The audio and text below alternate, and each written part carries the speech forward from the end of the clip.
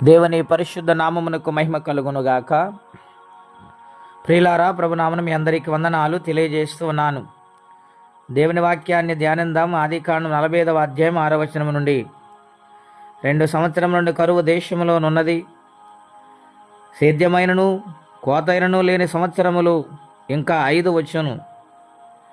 మిమ్మల్ని ఆశ్చర్యముగా రక్షించి దేశములో మిమ్మల్ని శేషముగా నిలుపుటకును ప్రాణముతో కాపాడుటకును దేవుడు మీకు ముందుగా నన్ను పంపించెను. కాబట్టి దేవుడే గాని మీరు నన్ను ఎక్కడికి పంపలేదు.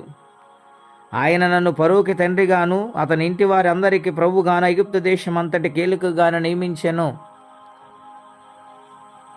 ప్రిలారా, పరిశుద్ధాత్మ దేవుడి ఉదయకాల సమయములో ఆదికాండ గ్రంథము నుండి మనతో మాట్లాడుచున్నారు. యోసేపు అన్నలు ఆహారం కొనుటకు వచ్చినప్పుడు యోసేపు తన అన్నలకు కనుపరుచుకున్నప్పుడు ఎంతో దుఃఖపడ్డాడండి. కన్నీరు కార్చాడు. చివరికి అన్నలను పిలిచి, అన్నలారా, ఆనాడు అమ్మివేసిన యోసేపును నేనే, అయినను మీరు దుఃఖపడవద్దు, చింతించవద్దని అంటూ ఉన్నాడు. ఎంత ప్రేమండి! ద్వేషించిన వారిని ప్రేమించాడు. స్వార్థముతో అసూయతో అమ్మివేసిన వారిని ప్రేమించాడు ఆయన. మనము ప్రేమించగలమండి.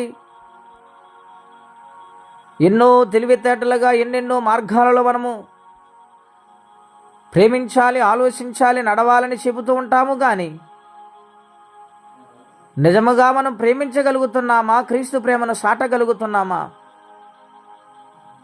ప్రేమించి మనసు మనము కలిగి ఉండాలి. ప్రియ స్నేహితులారా, ఇక్కడ యోసేపు అన్నలను ప్రేమించాడు గనుక వారితో ఏమని మాట్లాడుతున్నారు తెలుసండి.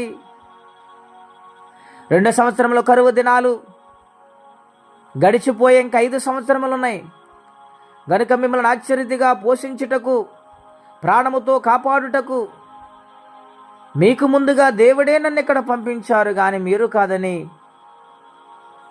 దేవుని మహిమపరుస్తూ వారిని ప్రేమిస్తూ ఉన్నాడు. ఎంత ఆదరణ కలిగిన మాటలండి! మన జీవితాలు అటువంటి మాటలు మనం చెప్పగలుగుతామా? అలాగూ మాట్లాడిన దినాన్న శత్రువునైనా మనం ప్రేమించగలుగుతాం.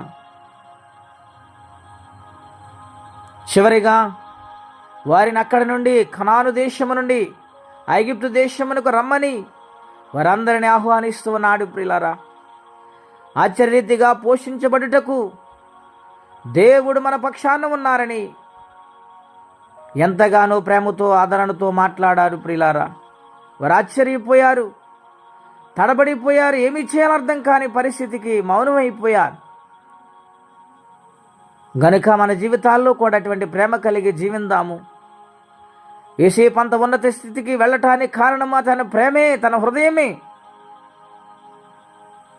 గనుక మనము కూడా ఆ విధంగా జీవిందాం. అట్టి కృపా తీర్మానం పరిశుద్ధాత్మదేవుడు మనందరికీ దయచేయునుగాక. ప్రార్థన. పరిశుద్ధుడైన మా తండ్రి, ఘనమైన మీ నామం కొరకై స్తోత్రం చెల్లిస్తున్నాం. ద్వేషించినా, దూషించినా, విడిచిపెట్టిన, అమ్మివేసినా నాయన ఎన్ని కష్టాలని భరించాడు, కానీ వారిని ప్రేమిస్తూనే వచ్చాడు ప్రభువా యోసేపు.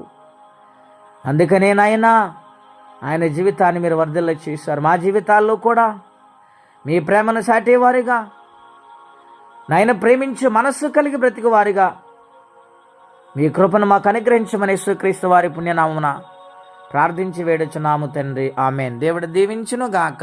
ఆమెన్.